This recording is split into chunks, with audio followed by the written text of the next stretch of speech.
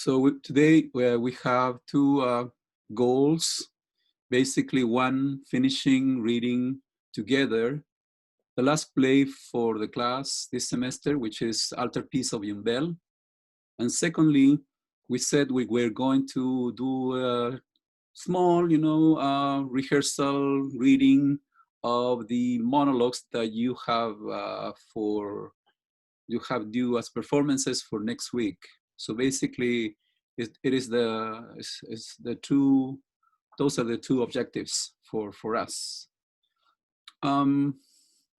Maybe I would like to talk a bit about what is coming up next week, but I will wait until maybe more people arrive, if we have more. If not, for sure, if I forget, let me know, okay? Because we need to talk about next week in more detail. So I'm going to begin then with just asking you this question. What is it? What is the information? What is the maybe historical information that we need for us to understand the basics of this play, the Altarpiece of Yumbel? Because this play is different to the rest in that it connects to history in Latin America. It connects to specifically to one country, Chile. And so we need to know the basis for us to understand what is going on in this play with all these characters, all these crazy characters. So please give me one piece of information that you think is basic for our understanding of the play. Jaylene, give me one. The desaparecidos, or the disappearances of the people in Chile. Yes, that's true. So people quote unquote disappeared, or desaparecidos. Yeah, but they were like captivated. Weren't they like I'm trying to think of the word, but I can't think of it. They were killed, murder. But then we need the doer, right? So what took place in Chile in 1973? Lindsay.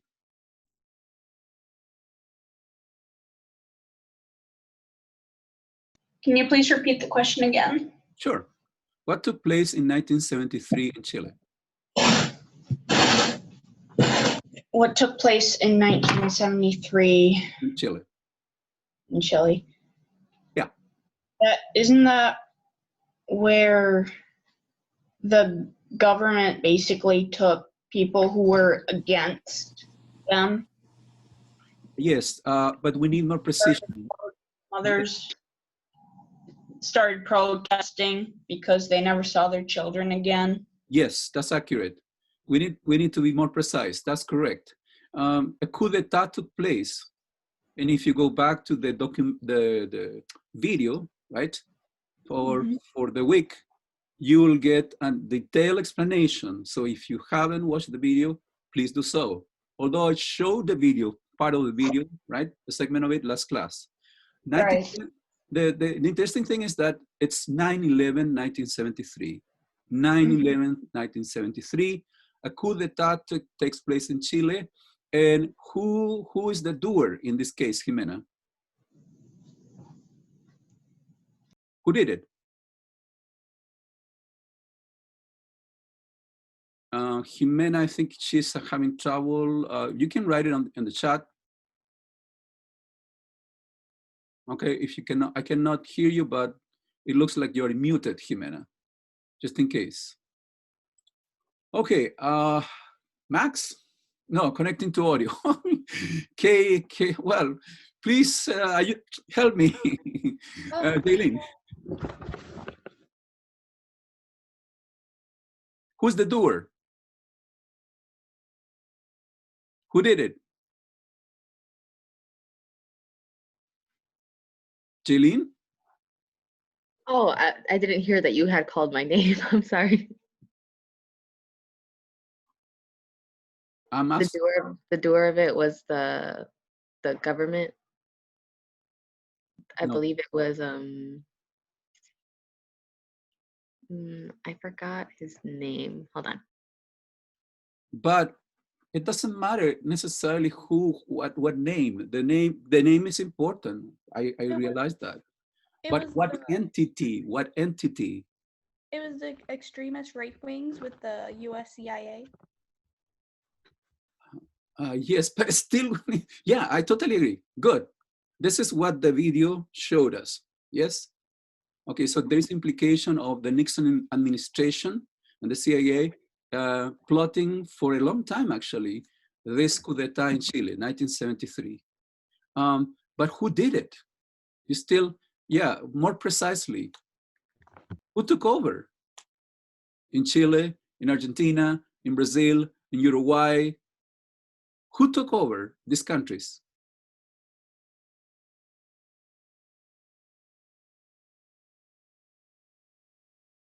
Kaylee, who took over?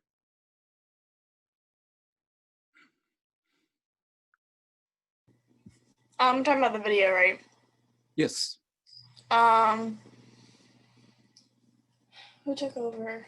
Well, what country took over? Who took over these countries?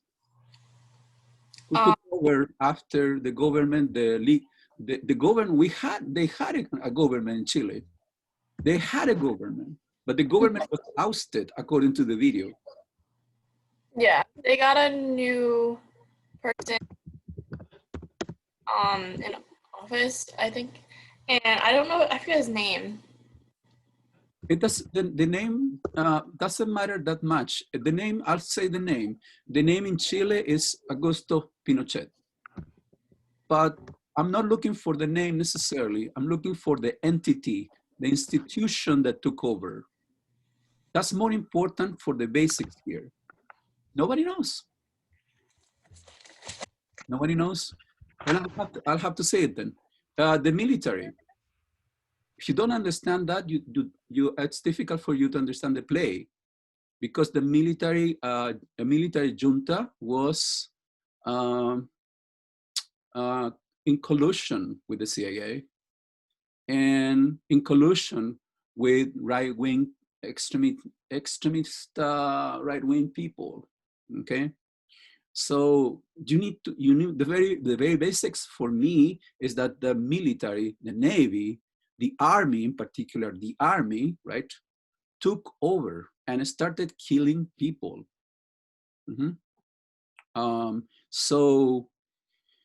But the previous, maybe you were looking for a different name, and maybe you were looking for the actual president of the country, who was Salvador Allende, and who was a socialist. So the military junta comes, right, and decimates the country. Allende dies, and many people are persecuted in Chile and start dying, disappearing, quote unquote, being tortured, and so on and so forth. So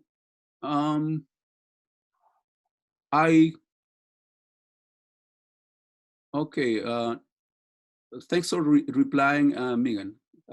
I'm seeing your let me, I think we should suggest something to, could you tell her, is Jimena here already, or did she leave? Okay, she needs to return. I hope she just needs to come back. If that happens to you, and you don't have sound, if something has happened, the connection is going well, just disconnect yourself from the session and come back using the link. Okay, I will let you in, just in case things happen. Okay, having said that, do you have any questions?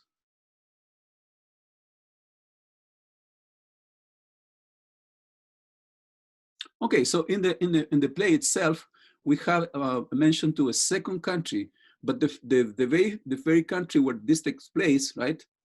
Yumbel, it's just a little town, we said, and there is a mention also to Lonquén, another location, okay, little location. I think it's not too far from the capital city, Santiago. I may be mistaken. So the country is Chile, but there's a mention to Argentina in the play, okay? And I was trying to help you out, making you aware that a similar dictatorship took place in Argentina in 1976. But that more or less took place in Brazil, and also it took place in Uruguay. And so it was, as the person narrating the video was saying, it was an operation. It's Southern operation taking over countries to oust what they call labeled as communism taking over. Okay, the question here would be the worth of human life, right? Is it worth for a person, for an institution to be torturing people, or to be killing people, to be disappearing people because of political beliefs? So citizens of these countries became the enemies of the state, the government, right? And the government was persecuting them because the government thought of them as enemies of the government, enemies of the country, and so on and so forth, okay? So once we understand that collision, we can understand, I believe, the play, okay? But notice what I said, and I'm going to repeat myself again because I think you may need this help.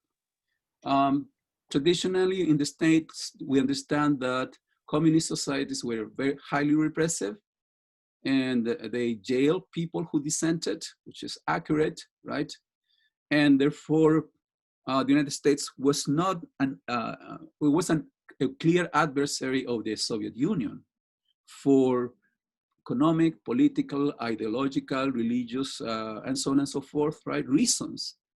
But notice what is happening here. There was a socialist president elected by the people in Chile who was ousted by a military junta, which was a right-wing military junta, very extremist, as you can see, radicalized, if you will, right, to the right. So this has to do for me with human rights issues, issues. Okay, so if we go to the play, and now we go to page 27, please, 26 and 27, according to what we have in our course page. You have specific pages assigned for Tuesday and Thursday, right? That are not the episodes. So what do we have at the beginning? We have Cinchinero, some of the characters, mother too. We already have mothers at the beginning, right? And they're saying basically we're gonna put this performance about the martyrdom of San Sebastian right here downtown, you know? And we're gonna celebrate, as Jaylene was saying, the patron San Sebastian. This celebration takes place in January, right? The 20th of January. So this is what the actors will be putting on a stage for us to see. But in addition, the major play, right, is happening. So we have two plays going at the same time, or one play and a second performance, if you want to call it like that. The episodes pertaining to the narrative of San Sebastian. Okay, so notice what Mother 2 says. It is true and it is not fiction. There is abuse and there is no sanction. So we are talking about justice, social justice issues to begin with, okay? And we are talking also about strong beliefs, religious beliefs, right? Jimena is writing to me and I don't know why she's not reconnecting. So here we go again. Okay.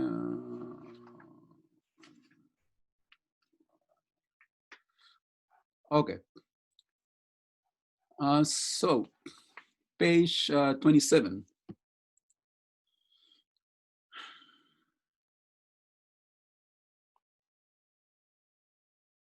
They are simply talking about, right, who's coming to be an actor. And then there is this reference to Marta, who was in love with the person, Federico, who was killed in 1975. We already have the issue of people being murdered. One of the actors was in a relationship, love relationship with Federico.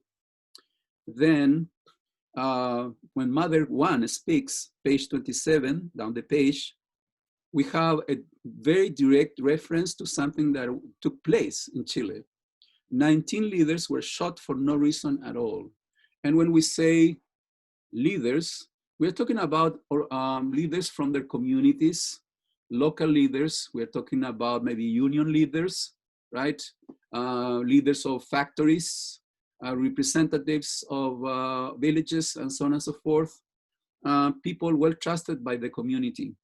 A few days after the military coup, they were killed during a transfer from Laja and San Rosendo. So they were taken to San Rosendo to the barracks in the city of Los Angeles.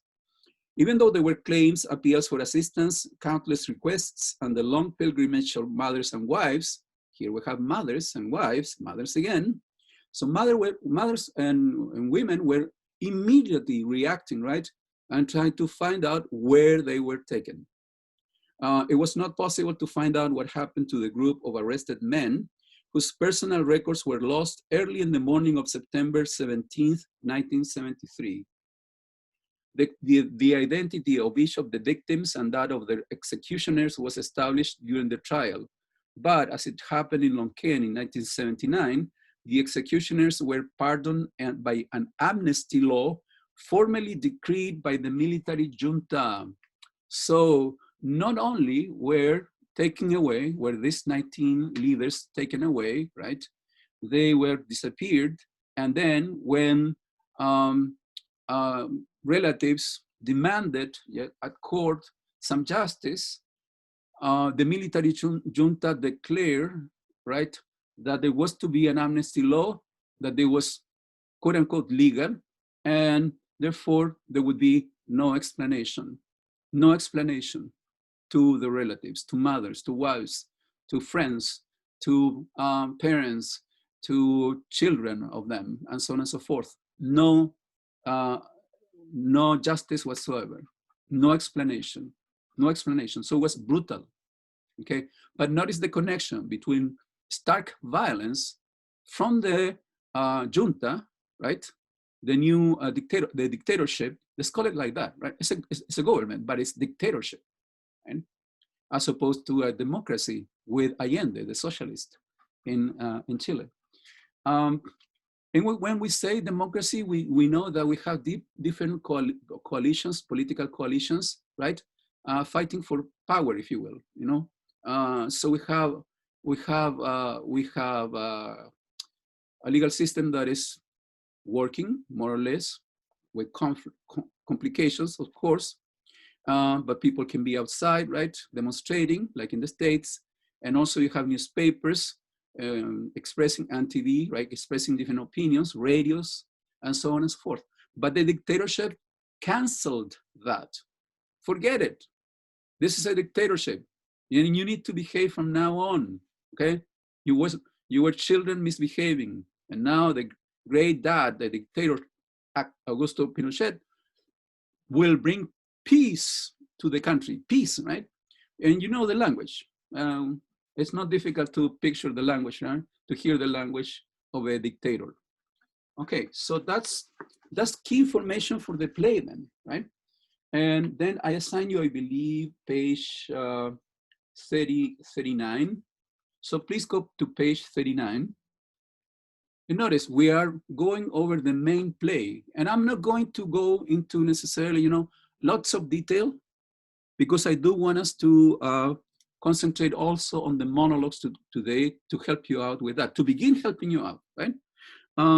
So I think we have at least 20 more minutes for us to work on this. So that's good news.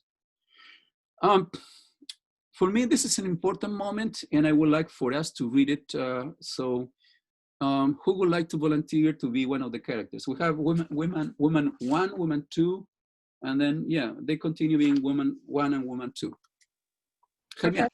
I just wanted to let you know that my audio is now finally working, so I can hear you. That's good. Okay. That's good. I would like to volunteer. Thank you, Lindsay. I really appreciate that. So you'll be woman 1. Lindsay is woman 1.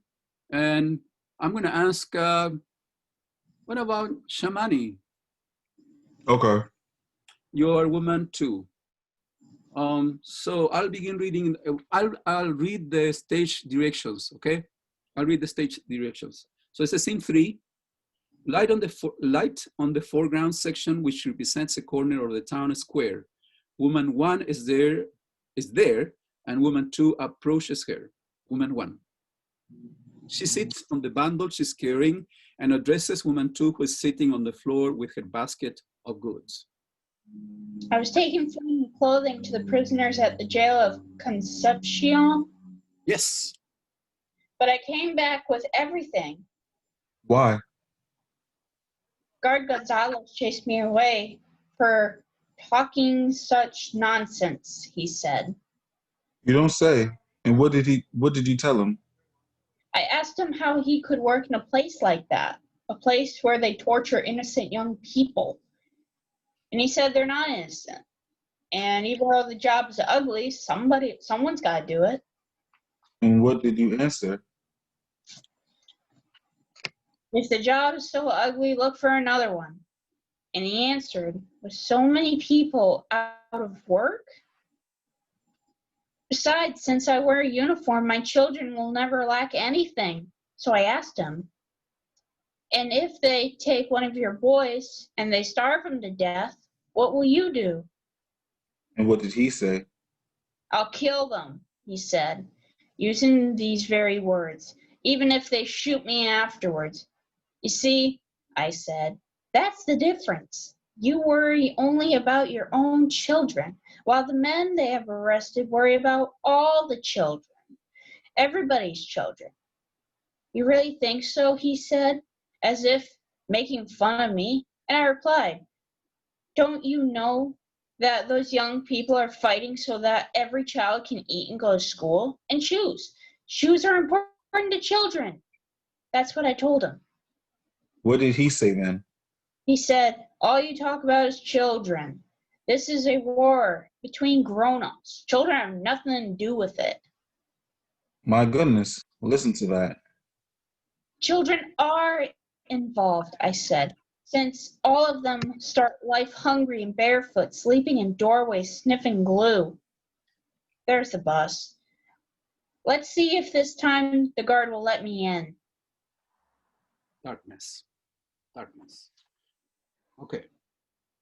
Okay, so they are doing their best, I guess, to go and to the prison camp, to the place where they have young people, young men, it seems, to see what is happening, to talk to them, to make sure that the guards don't forget that they know, outside from the prison, right, that the relatives, their friends are right there. So they don't make them disappear, or they stop torturing people, as one of them is saying, right? So notice how, let's say, active they are. They are not silenced. They are not silenced, and they are under, very difficult circumstances, to say the least. But they still do not keep quiet. They do not. Okay, so we need to stress that, so that we don't believe that people simply are victimized. There's a tendency, to believe, oh, just victims and those who victimize them, right? But in here, the situation, there seems to be always some people who do something about bad things that are happening, okay? In this case, we have the women right here who are very, very active and vocal about the situation, okay? You're not gonna shut me up. Nope, I'm here. And also physically, notice, they come and talk to the guys. It's their face, it's their body. Something may happen to them, but no matter what, they do it. So very courageous people, right? And then, why do you think, what kind of response does the mother get from the guard? How do you read that, Megan? his response? How does it sound to you? It's very like selfish and self-concerning that he really just doesn't care about these people, and that it's only about like him and his family, but he doesn't put himself or really imagine these young people as his own children or someone he cared about. Yes. Also, if I may summarize what you have said, total lack of empathy. Mm-hmm. Okay, and he gives himself reasons. Okay, and this is one important reason that he gives to himself and to everybody else. Well, one is lack of jobs. Okay, so what else I'm gonna do? But the mother replies, but they are torturing people there, right? So it's a moral dilemma also. Are you gonna allow for that to happen? It's a human rights issue right there. And secondly, the guy says, this is a war between grown-ups. Well, let us question that, okay? Let us question that. Because for a war, what you need is two factions, right? With up in arms. And more or less, more or less the same, it doesn't necessarily have to be that they are equal to each other, right? Two armies that are equal. No, usually it seems that the situation is, on the contrary, unequal, okay? But that's what you need to have, at least, like two armies. In this case in Chile, there was only one army, and very well trained, okay? Assisted here in the United States, going to Panama, okay? And with advanced technology for the time, okay? And the rest, the second quote unquote army would be Chileans, unarmed people. And I'm not trying to be naive, okay? Some people might have been armed, but those were a few people, from the government, Salvador Allende's government. The majority of those people were very young or were adults that were participating in politics, but they were not even trained, as to how to use a gun or something to confront a dictatorship. So what they couldn't believe in Chile is that a dictatorship could happen to the country. Because of the strong democratic past of the country, they could never believe that a 9/11, 73 could happen in their country. And therefore, we have the devastation, right? Decimation of people by a strong, by a well-trained army, and then people who couldn't respond in any other way. And any like an army, right? Okay, we're just gonna get the guns and we're going to confront our own army. No, they couldn't. There was no way they could do that. So maybe the Cubans, the Cubans could have sent guns and stuff to Chile, but they, as far as I know, they didn't do it. Okay, they didn't do it. And so we have a civilian population being persecuted. People in fear. What if my neighbor will tell on me saying that I am doing something just because we have, this enmity for years? We have been arguing for different reasons, and he hates me, so he'll tell the secret police of Chile that I am involved in something. Do you think that this happened? That this happened as well. Okay, so but what I would like to again highlight is that mothers play important and key roles here in the play, right? And we have a play that is different in the sense that now Isidora Aguirre is telling all of us, you know what? Plays do not have to be necessarily totally fiction. Plays can address historical situations that are crucial to explore for a country. especially if they have to do with violations to human rights. So history is part of a play. It can be. Plays then are more adaptable, if you will. And as a playwright, keep that in mind, right? As a writer, history can infuse what you write, your creative writing, with energy, right? With the energy of truth, if you will. Then let's go to page.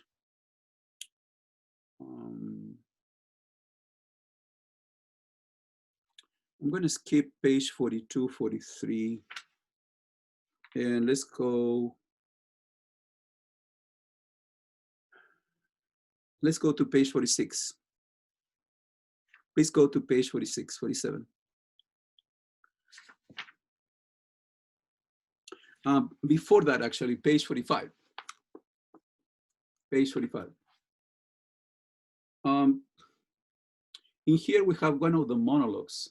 Who was assigned this one on page 45? I was. Was Kelly? Okay. Could you read your monologue, please? Sure. So you begin at after midnight, right? Martha's talking here. Martha's one of the actors. And according to the document I sent you all, right, through the forum, I gave you already specific lines. So I'm going to show that again, right? In case somebody has forgotten. Here you have, right, the character, the page, you guys who are doing the monologues, and I say all lines in this case, and then notice I am more specific right here, and so on and so forth, right? So this is an essential document for you and for me. Okay, so go ahead, Kelly. Martha is the actor. Let's see what's happening. If they have kept my word, they will always keep yours. No, that's not part of your monologue. Your monologue again begins at after midnight. Oh. Okay. After midnight, I think of you for Fed. How do you say his name? You can say Federico. Sorry? Federico. Yes, and you probably, Kelly, want to say it in Spanish as much as you can, because that's meaningful, right? To say the word like that. Of course, you could say Frederick, but that will change the play and the meaning of your monologue. Okay. Yeah. Okay. Federico, but it's not only that thinking. I pick the threads of your memory, and then you're there. Your presence once again envelopes me as if you had never died, perhaps because it's an illusion. The bond between us is so strong. Pause. She continues reading the letter. Even though you are living with death, you learn to love life. One's words pass on from mouth to mouth, from cell to cell, and escape out of the prison through long and secret roads until they reach our people. Nothing is lost, neither the great gestures nor the small sacrifices. And now let me tell you that I passed the test. I'm talking about the dark tunnel. Martha, I succeeded. I survived. If you can call there... I'm sorry, and that's the end of your monologue. Okay. Right? That's yeah, I forget the actual, how long it was supposed to be. Yeah, no, just your lines, just your lines. So my advice to all of you, of course, read this out loud many, many times. And more than that, memorize your lines so that you are washing the dishes and you're saying the monologue. You're walking out of your house and you're saying your lines. That's the task. When you come here, do your presentation, you will have done it so many times on your own, and you have tried different intonations for the words and the sentences that it will flow. It will flow. Look at the mirror and do it. Do it. You have a friend who can help you out saying one line and you memorize it, say the next one, you memorize it. Do it. Record yourself. Listen to yourself. Take the phone, right? And video yourself and see what is going on. Do it. Please do it. Seriously. Okay? See yourself as you do the monologue. And because that will give you an interpretation of what you're doing and how you can change it and what is going well. Okay? Do not depend on the text. Forget the text. You need to reach that level. Okay? That's essential for this. That you pay no attention to the text whatsoever. You're not looking at the lines. You are the character. But for that also, right, you need to understand what's going on. And in this case, notice that Marta is reading a letter. So she probably will have to change her tone of voice because Federico is talking and Marta is talking. So we have two voices at least in this case, right? How is Federico going to sound like? There should be a change, right? And Federico, where is Federico? Federico is in jail writing this letter. And we know that Federico will die in addition, right? And we know that Marta loves him. If you don't understand that, how are you going to do the monologue? This is a love letter to Marta, right? And then on page 46, let's see what's going on. Because I want to concentrate on one word, okay? Because the only word I want to say, page 46, end of the monologue. Because the only word I wanted to say that I would have wanted to shout at them being the jailers, right? The guards, those who were to kill him. The only words I wanted to say to them, the only word was not in my memory. What is he talking about? There was one word he wanted to say, but it wasn't in his memory, okay?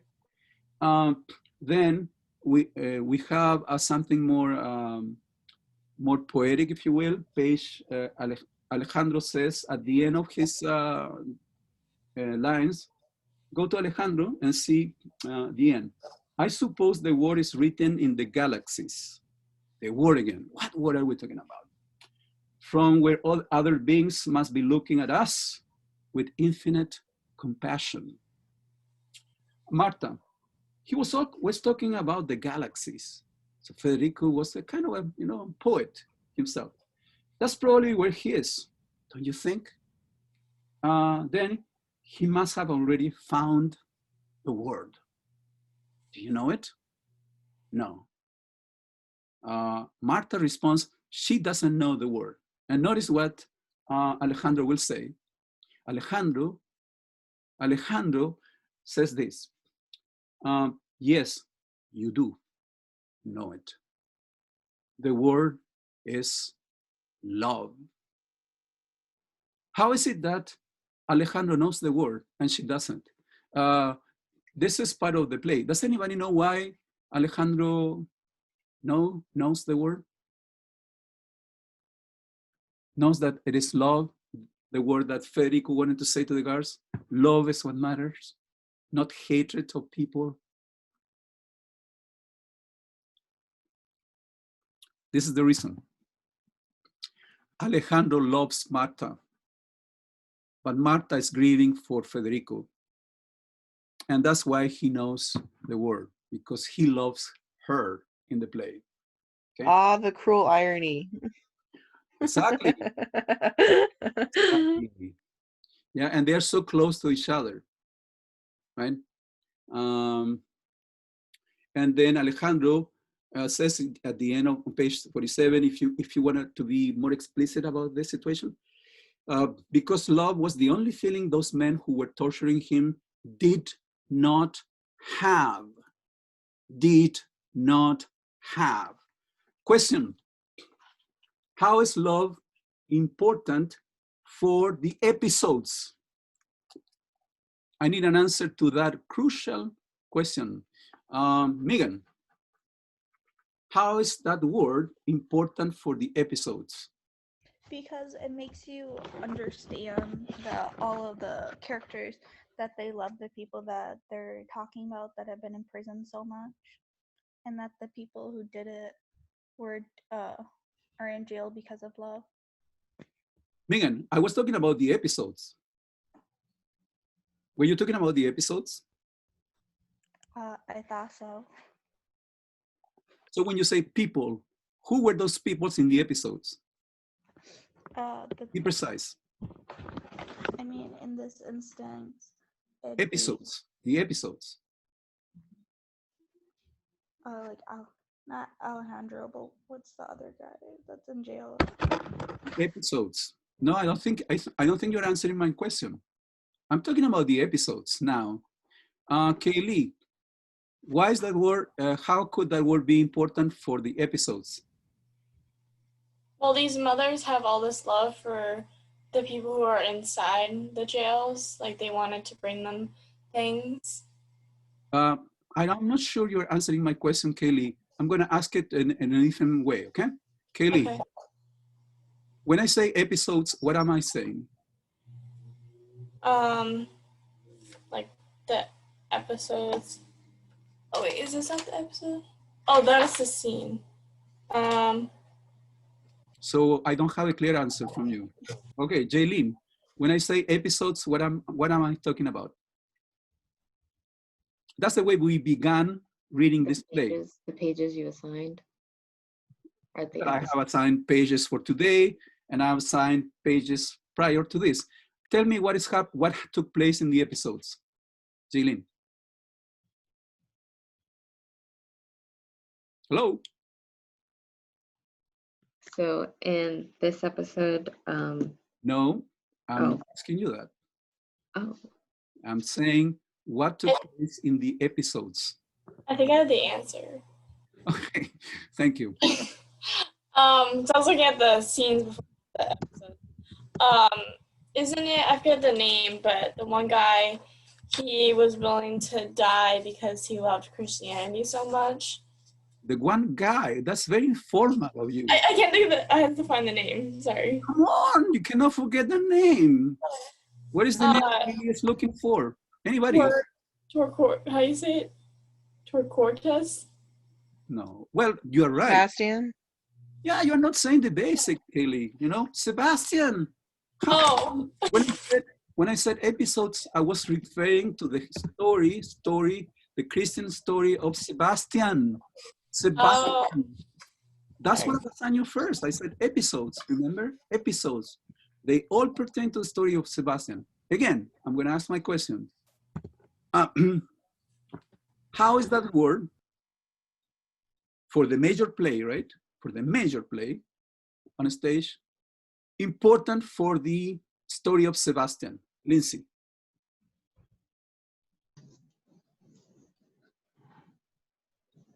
Can you repeat that again, please? Okay, well, but this is like the fourth time I say the question. The question is, how is that word important for the story of San Sebastian? I think I have the answer, actually. Okay. In the episodes with Sebastian, he was driven by love of God, and he was martyred by it, and that was his love of God, and that's what pertains. That's what shines through all the episodes and the rest of the play. Yes, and let me add something important to that. Okay, the emperor, Diocletian, could not truly love Sebastian, although he was always saying, "You're my son, right? I love you."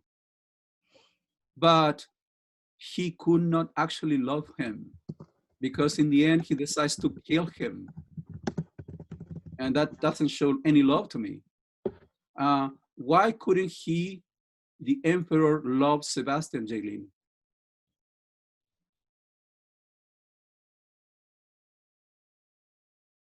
Jaylene?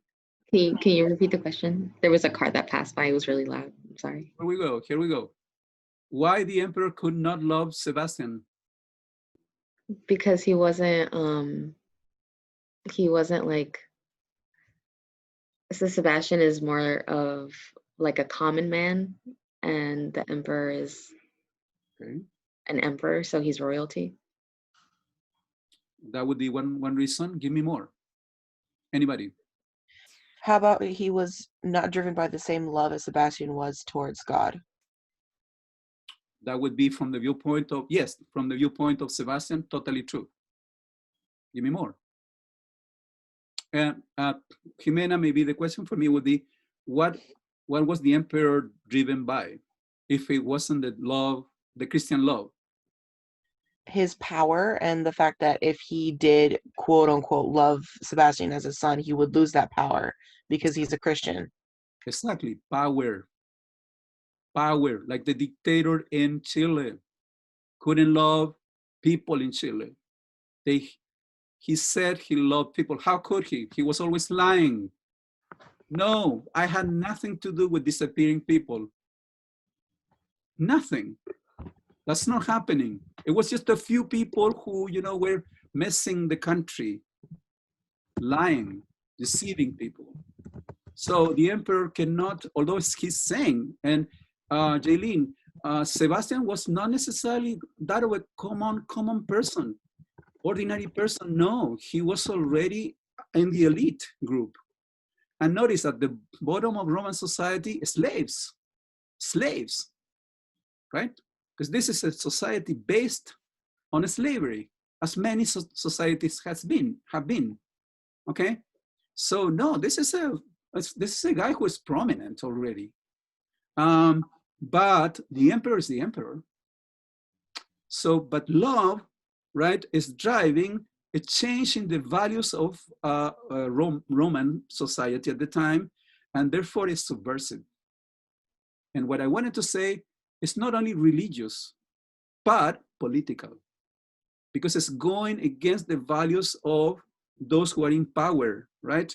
At least the emperor or the chief of his army is saying Christians are the enemy. They're going to destroy the empire. And little by little, they will be taking over. We need to do something about this. Okay, so that word, right, is crucial. It's crucial. And let's finish the play. Okay, I want to play something for you, but we need to finish the play.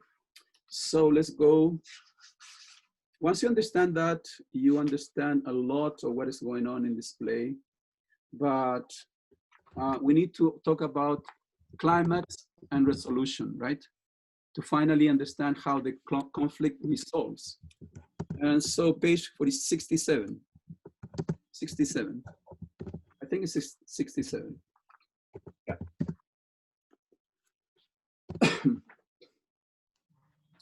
Let me see.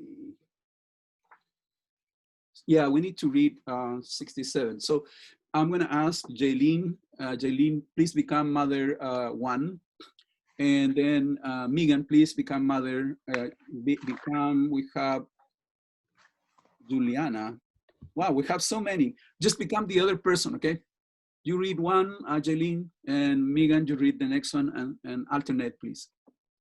Page 67. Thanks. Go ahead. We want neither revenge nor oblivion. Don't call them the 19 from Yumbel. Jaylene, please. Or the 14th, Longkin.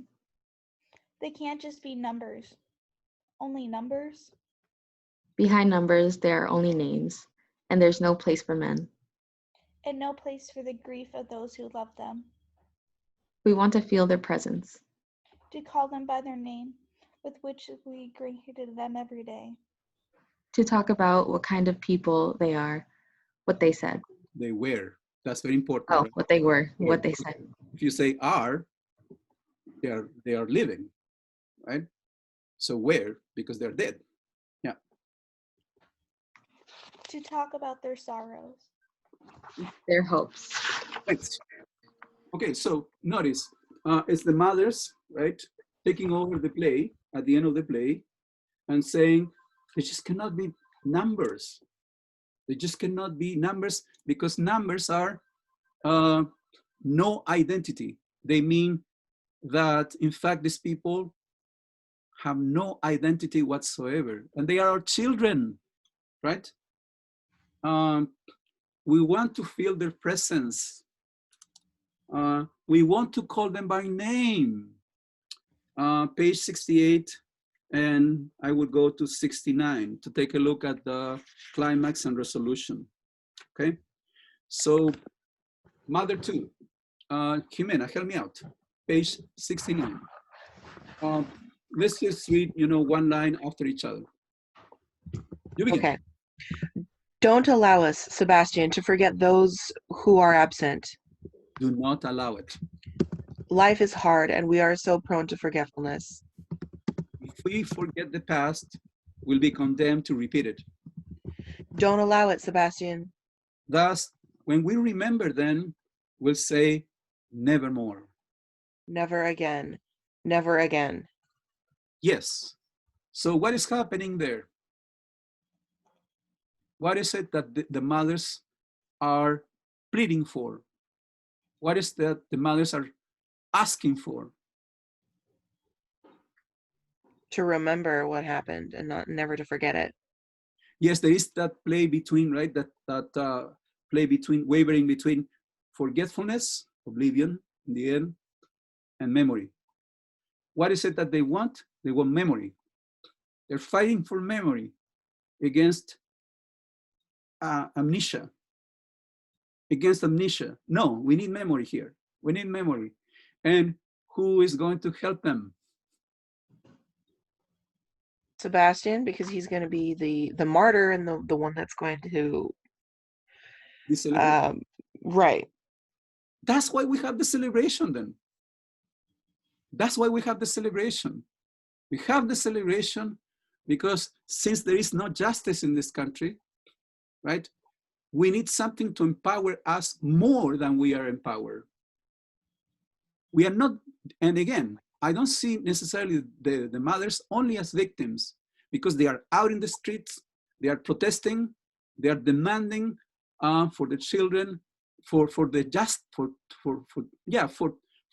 children to have justice. And that means tell us publicly what you have done, right? And they are saying that to the dictator, to the dictatorship, and to the whole country, right? Who lives in darkness, right? In shame also, and so on and so forth. So, and then I need somebody to help me out with the names. Who feels confident enough to say the names? If not, I will proceed, okay? Juan Acuya. Okay, I'll read the name, but there is English here. So I'm gonna say Shamani, help me out. You say the English and I say the Spanish. Shamani, is that okay?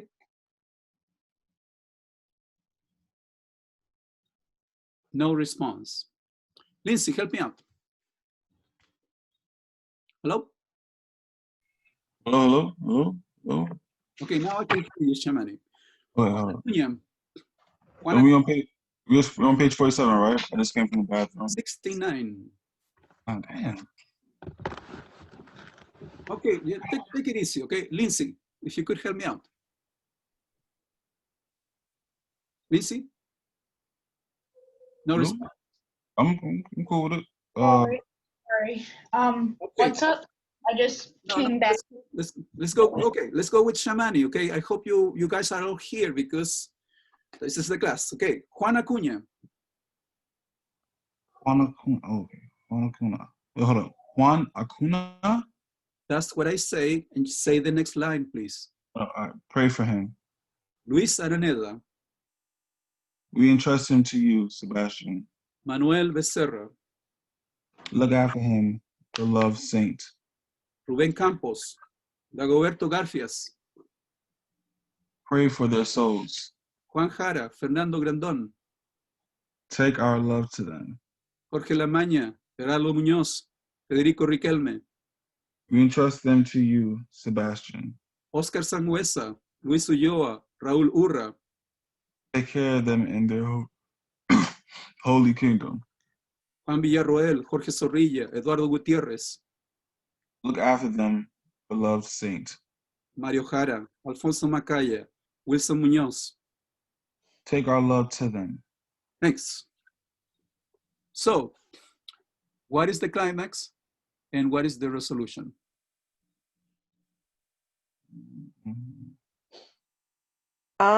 I think the resolution is this litany, because it definitely does sound like a litany. When they're giving them faces, they're giving them the martyrs and the these lost souls faces. I'm still trying to identify the climax though. Yeah. Yeah, precisely. When they have a name, they have a face, and you have the resolution. But notice, the resolution is also demanding for justice and being courageous, gutsy, right? To ask for justice out in the square, like the mothers were doing, the mothers of Plaza de Mayo were doing in our video in Argentina. That's not Chile. This is a play about Chile, but it's the same, right? It is the same.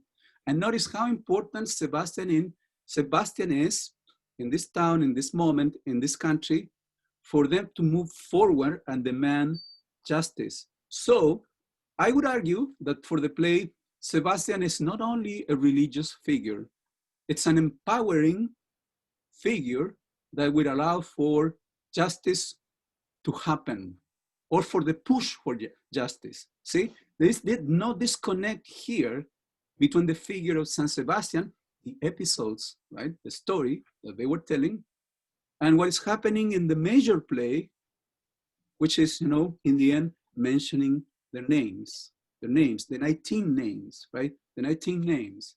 And this is, as you see, again, fiction? Well, yes, up to an extent, but it's not fiction. So the beauty of the play for me is that the play can be addressing historical issues of import. And when you write a piece, you don't have to forget history, right? You can put it together. The imagination, right? The creativity that you have, your craftiness along with the tragedies of history, but also, and most importantly, how people fought for something they really believed in. Can you make a connection to something here? Can we make a connection to something else? Do you guys make a connection while reading this play to something in the culture that you're acquainted with? Let's see. What we learned or where we watched the video in the previous class, how the mothers are begging for justice and memory of their children in Chile or Argentina. I think that's what it was. Or Brazil or Uruguay. Yes, it was an organization of the mothers of disappeared people. And disappeared, it's a euphemism, right? Euphemism. Actually, it is. But also, what happens if you're looking for your child and you never can recover, right, their body? You keep looking for them. You keep, you know, if your child, say here in the States, disappears for some reason, people and the justice system should be looking for them until they find the remains. And as you know, sometimes it's very, very, very difficult or even impossible to do that. Some crazy, you know, criminals take them away, right? And they dispose of the remains. You may not find them, but that's a very basic human need, say, or parenting. How are you gonna allow for that to happen? The vanishing of the remains, right? And that's what's happening here also throughout the play. Okay. Any questions? I just have like a little question. So could I also can I also like assume that Sebastian is also like all of the mothers throughout Chile and Argentina? Like he is the voice of the moms that is being portrayed to the public or to the play in this case? Somehow yes, and somehow no. Yes, because they are connecting here in this play, right, to the saint. That doesn't mean that that's real for all the mothers. of the disappeared. It doesn't mean that mothers, were, say, Catholic. Some of them were Jewish in Argentina. And there might be moms who were not religious as well. So this is a connection that the play is making, because the playwright, she sees the significance of religion and how religion was playing an important factor to push people forward, to empower them, to let them feel like, Jaylene, I think you're suggesting, that they have a voice because they trust in this voice, which is Sebastian's. So I would see it that way, okay? You are giving us voice because you have a solid voice, Sebastian. But we are ourselves somehow. And please give us energy, trust that we will convey your values. And basically, we're saying love, right? Love of humanity, decency, respect for human life, and so on and so forth. Any other question? Excuse me, sorry. What can we identify the climax to be? Would that be the chorus saying we must not forget, or is that actually just Sebastian's death? What do you all think? Do you all, besides Jimena? I was thinking that it starts on 69 or page. Well, tell me what is happening. It could be, okay, fine, refer to the page, but what makes it the climax for you, Kaylee? What is happening? Like, I feel like the mothers are like getting really worked up about this issue, like how they say like the voice is like never again, never again. Yes. Like they just want it to end, basically. So what is their fear? Kaylee, you're addressing something very important, and I agree with you. What is their major fear, Kaylee? Their fear is that it's just gonna keep going. It's gonna keep happening and not stop unless something happens, or something changes. Yeah, and if they don't do what they are doing, this will repeat. Right, this will repeat. But they are doing it, right? Remember, women, mothers, and grandmas as well, okay? Women, because the majority of people who were decimated were men, by the way, okay? Yes, there were some women, but the majority of those were men. Yes, I think this is it, right? This is it. Is the fear that their memory will be erased. And secondly, that this will repeat again. So we need to do something about it. What do we do? Names. And here you have the climax and the resolution. But so oblivion, amnesia within the country is the fear, the fear they need to confront, okay? They are just forgetting. Everybody wants to forget because they are terrorized, right? And we need to do something. We are out in the streets. Okay, so no connections to anything. That's fine with me if you don't answer, okay? But there might be a meaningful connection to many things. Okay. So we have a few minutes left and not much, but let me share my screen here. Because we succeeded in talking about the play. So that was one goal accomplished. Let me go over this. I hope this helps you for the monologues. This is an actor talking about how to do a monologue, giving you some tips. The key to nailing a monologue is solid and intelligent preparation. Commercials probably, sorry. This is Tyler. Tyler, with Grammarly's help, is writing an email to his boss, Anita.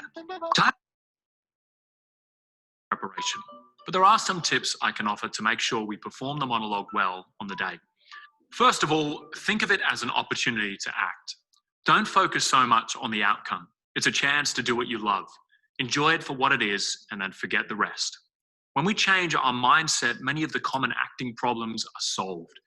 If you can bring a sense of play into your work, it will be physically and vocally free, and your acting will have a sense of ease and enjoyment, which is infectious to watch. Number 2, warm up. Always be physically and vocally warmed up. You will notice the difference. For some reason, many people think acting is just something you can jump straight into. And maybe some people can roll out of bed and win an Oscar, but I know personally that doing a solid physical and vocal warm-up makes all the difference. Number 3, bold choices. Do you have a gut instinct about how you want to perform the monologue? Even though it might not be conventional, always follow your instinct. But don't leave it to the last minute to decide to do something radical. Make sure it's something you have prepared and worked on. A director can always rein in a bold choice, but it shows bravery and creativity. Number 4 is authenticity. I've just spoken about bold choices, which is something that a lot of acting teachers talk about. However, don't fall into the trap of interpreting that as massive, over-the-top character choices. For most monologues, you don't need to come on with a limp or an accent to differentiate yourself. In most auditions, they are looking for a kernel of something great, an essence unique to you that no one else has. You don't need to showcase all your acting skills in a 2-minute monologue. That would be near impossible. Number 5, expect things to change. Be flexible. Rehearse your monologue in different ways so that you can always respond to how you feel in the moment. This will give you a sense of freedom and relaxation when it comes down to performing. There are many factors that will affect how you perform, and you need to be ready to respond in the moment. Number 6, a monologue is never meant to be a monologue. A monologue isn't ever planned. A character wants to say one line, doesn't get what they want, and so they try to say something else. They are always striving to do something with their words, which causes them to keep speaking. If they got what they wanted, they'd shut up and get on with it, but instead they keep speaking.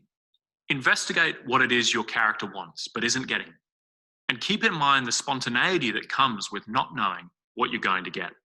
Number 7 is drive. Monologues can be intimidating blocks of text, and it's tempting to rush through and get it over with. But you need to find a way to breathe throughout your performance. Stay grounded, alert, and keep that drive, objective, or goal throughout it all. Play to win. This is a great phrase. Don't ever slack off. Be relentless in your pursuit of your objective. It makes for amazing drama. Number 8 is thought changes. What we all love to see when watching great actors is that elasticity of thoughts. Human beings never think about one idea for more than a few seconds. We are constantly thinking, evolving, coming up with new ideas, solving problems, and reacting to stimuli. Do not forget the extraordinary capabilities of your mind when performing your monologue. Mark out these thought changes on your page and be clear when and why you're shifting thoughts. Number 9, remember who you're talking to. Make sure this is clear in your mind. Think also about the relationship to that person or to the audience and the reason for speaking to them. This will help you with drive. Lastly, don't perform to camera. A final technical note, aim just to the side of the lens. Do not barrel the camera like I'm doing right now. Mark out some eye lines for yourself as you need to, using bits of tape or objects in the room. Remember, you are always talking to a person, however, and not a thing. Or if you are talking to yourself, what does that look like?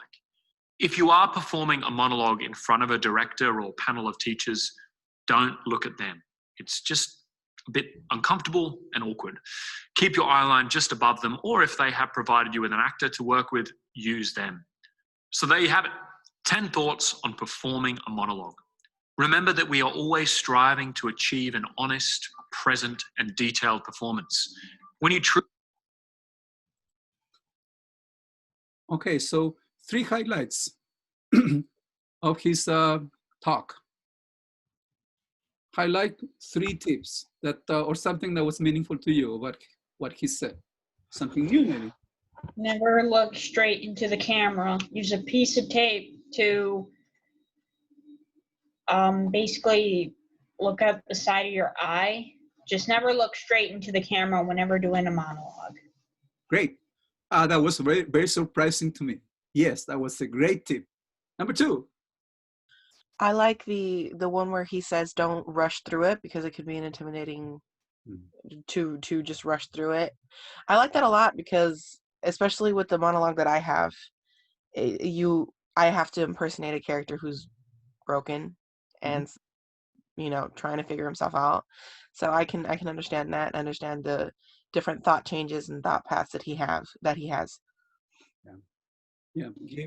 Give your lines time to sink in somehow in the audience, and go with the emotions that the characters makes you feel. I guess authenticity. Yeah. Anything else? Sorry. Mari? To, oh, to use different like tones of voice when going over your monologue, to not just do it in one single tone. Yeah, especially if you, I think you, in your case too, may be true. This may be true because I think you are also reading a letter. Your character, I'm sorry. Yeah, I'm doing on page 68. It's like where the climax is. So And I think you even have the voice of the government up to extent. So it's like three voices. Okay, the government says this, and you want to use, you know, that kind of tone that is authoritarian maybe, or kind of dry. I don't know how to say it. I can best better than that. So it's like three different tones maybe for your monologue. Anything else? You have to act as if you are the character, like something you've really wanted to do, and this is your moment. Don't just like basically read off the lines. Yeah, and that's why I was insisting in, please say your lines as you're washing dishes. Please say your lines as you are riding your bike. Please say your lines as you're walking, okay? Please say your lines as you're looking at yourself in the mirror. Incorporate them to your life, to your everyday life. And notice, this will not take you very long. So these are precious seconds, because this is going to be a very short performance in the end, right? And if you have trained yourself, practice enough, then those moments will be quality moments, which is what we need. A quality moment in an instant in a person's or character's life, right? Having trouble with life, having complications with life. And we all go through that, right? We all go through that. But the tragedies, as you know, of this kind, heighten the conflict, right? They heighten the conflict to make us see what is going on with our lives, right? It's like a mirror on a stage, and we let life roll on, but not just pass by. We gotta get lots of insights, okay, because of the play. I want to. We would still have. Luckily, we have seven minutes. So I don't want to forget to mention what is coming up, as I said at the beginning of the class session. And since I have more people here, I would like to go back to the course pages. And I think this is next week. Please pay attention to the new book, which is the novel by Claudia Piñero, and I have it here. I don't know if you can see me or see it. Right there. All yours. Please read from page 3 to 31. I'm going to give you an introduction. I'm going to be talking about the story, right?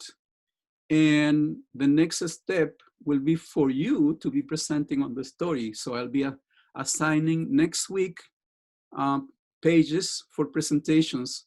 And I will include in the raise your hand forum the information you have on this presentation in the syllabus.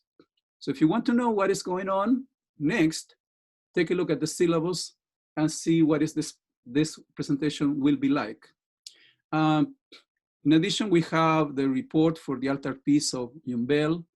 And notice, it's Thursday when we have all the monologue performances, Thursday. So I need you to turn on your video, right? And present the monologue to us. Notice it will be short, because you won't be spending a lot of times presenting. And so if we have, I'll try to for us to have some time to do a bit of rehearsing Tuesday. So be prepared to present something to us shortly. And again, In Terms of All Yours by Claudia Piñeiro. On Tuesday, I will be leading the conversation, but after this week, you'll be leading the conversations because I'll be assigning you segments of the novel to present until we finish it, more or less, okay? Because we are not that many. And the presentation is detailed in the syllabus, okay? You have the details in there. So it won't be a mystery, okay? Any questions about this? For the play report, do we read the entire play or do we just read the episodes you assigned us?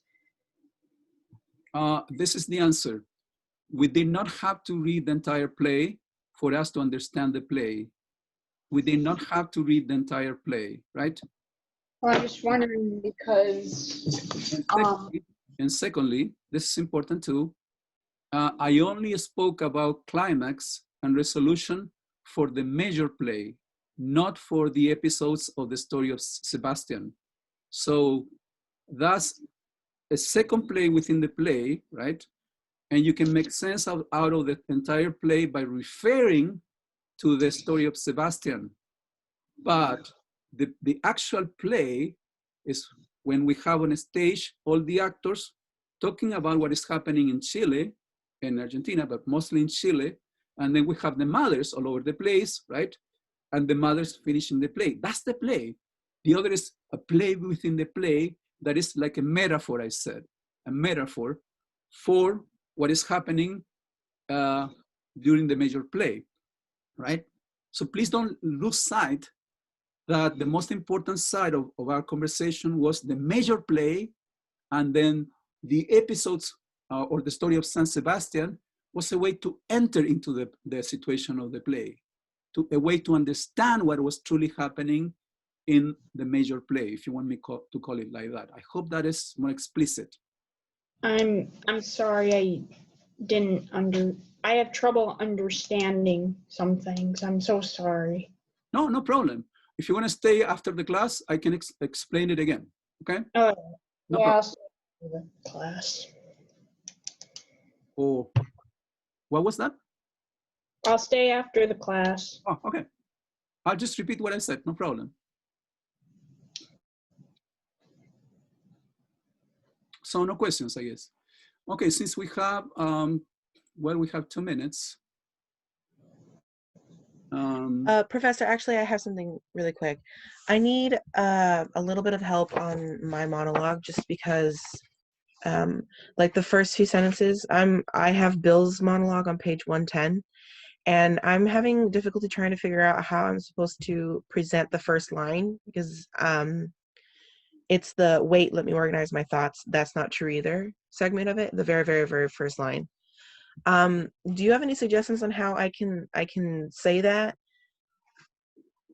Because I go back and forth between the weight being referring or speaking to Alberto because he calls him a liar, but him saying, let me organize my thoughts, I think is more towards himself because he has several stories that he tells both Bill and then his wife, and he's getting them kind of confused. And then that's also towards that's not true either. Yeah. If that makes any sense. The way I can answer your question, and I hope this is helpful, is that we know that the character will not be able to organize his thoughts. So yes, he's saying this to himself, as you're saying, but at the same time, this is an desire for structure that will not be met by the character, right? But he needs to say it in order for us to understand how complicated it is for Bill to put together his life. So in that regard, this is a very important sentence because it's telling us his wish for something and at the same time, the impossibility to fulfill it. I hope that makes sense. It does. Because when I go through it, it doesn't sound authentic enough, if that's what it's, if that makes sense, because The rest, honestly, I think I have pretty well thought out. Just it's this first line here that just does not sound authentic enough to me anyway. Okay. And I don't think, I don't know what it is. Like I definitely can understand it's him being conflicted with his thoughts and cannot organize his thoughts. I get that, I do, but I don't know how to portray that enough. Yeah, I don't think you have to be emphatic. By the way, if you need to leave now, you may leave. We ended the session a minute ago, okay? If you need to stay, please stay. I'll see you Tuesday. Or if you have a question, please stay. Okay, you're welcome to stay.